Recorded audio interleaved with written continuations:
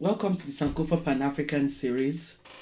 Please sustain this channel by turning on your subscription and notification buttons.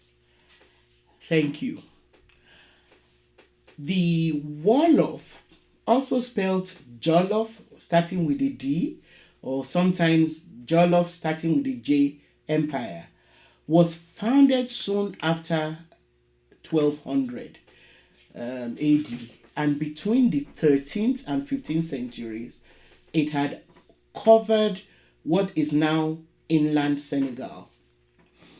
The Wolof state was ruled by a king with the title Berber, whose duties were both political and religious.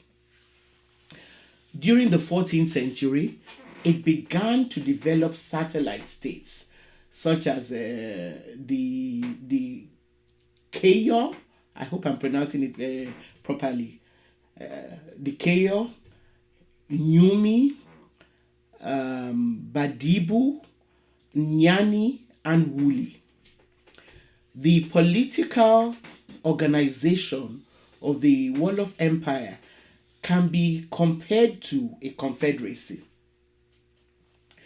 The Berber, the king, the Berber, was elected by a college of electors, which, as the empire began to spread, also included the rulers of the component states. Although these rulers paid annual tributes to the Berber, that is the king of the Wolofs, they were virtually autonomous.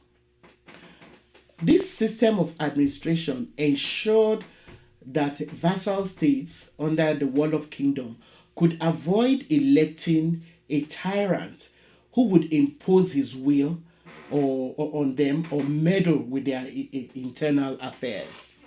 Some scholars actually believe that this system of confederacy was one of the reason for the economic prosperity of the Wolof Empire, because to a large extent, by recognizing the autonomy of component states, they were discouraged from revolting.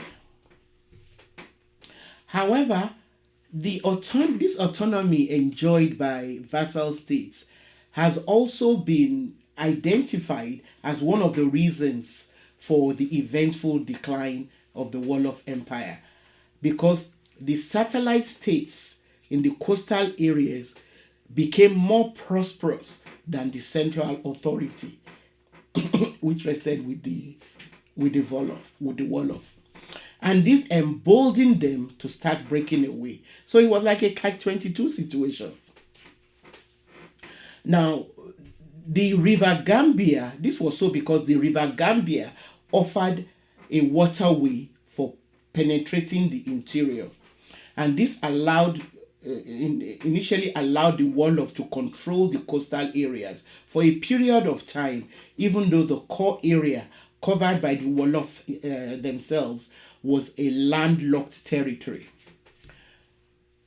Now, the empire, however, was able to take advantage of the satellite states under it to establish an impressive economic system. So, using a similar ploy as they did with other African empires and kingdoms, when the Portuguese first arrived in the Wolof Empire around 1440, they pretended that they came only to trade with the Wolof, who were initially drawn into trading partnership with them. And for a while, the Wolofs operated on an equal footing with the Portuguese and successfully fended off Portuguese attempts at infiltrating the empire. Again, sadly, The Wolof, like some other African kingdoms, also traded in slaves.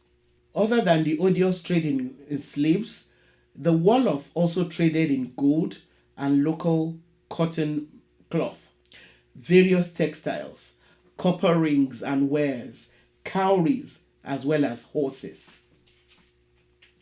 As I indicated earlier, by the time that the Wolof was at the height of their power, the Berber, their king, was able to extend his authority over the Malinke states on the northern bank of the Gambia, including Yumi, Badibu, Nyani, and Wuli.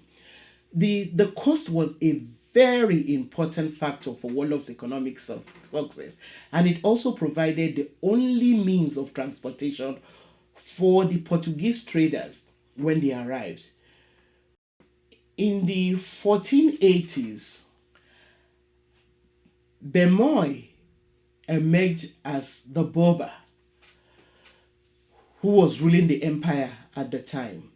He decided to move the seat of the government to the coast to take advantage of new economic opportunities offered by trading with the Portuguese.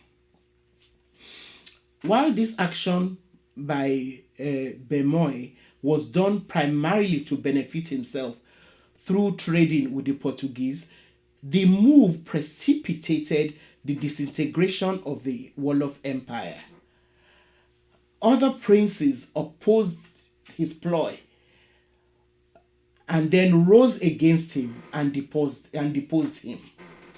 Now, Bemoy then escaped and sought refuge with the Portuguese, who took him to Lisbon in Portugal. Faced with what they saw as an opportunity to put their ally, who also happened to be a Christian, on the throne, John II of Portugal sent an extraordinarily large force under a Portuguese commander to install Bemoy back on the throne of the Wolof Empire. The objective was to put Bemoy on the throne and create a fort at the bank of the Senegal River, through which Portugal would then gain the much desired access and control of trading in the empire. Neither of these goals were achieved, as Bemoy was killed after being charged with treason by his contemporaries. The failure of Portugal to forcefully reinstall Bemoy led to the disintegration of the Portuguese-Wolof trade relations. However, this only left room for another major predatory power, which quickly swooned in on the region: France. French traders brought with them items of trade such as French textile, gin, metal, and firearms. Trade with the French persisted even after the disintegration of the empire. It should be noted that the Wolof Empire was one of the African empires that, to a large extent, resisted foreign religions. Despite being introduced to Islam very early by Berber traders and clerics, the attempts to impose Islam as a state ideology failed. Most of the ordinary populations held fast to their traditional beliefs.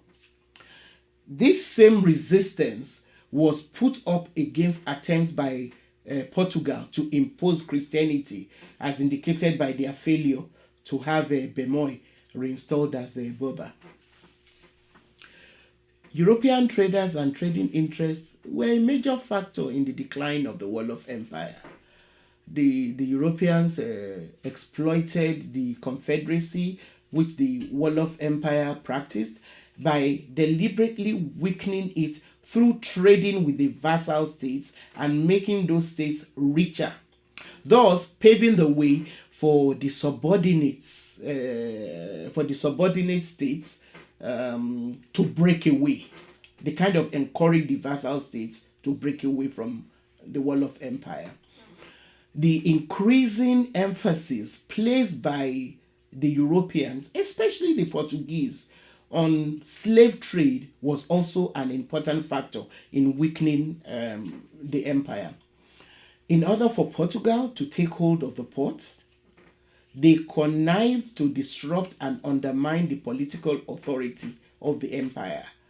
And they did this by inciting warfare, which led to an increase in the number of war captives that were now available for sale, for transportation to plantations in the New World.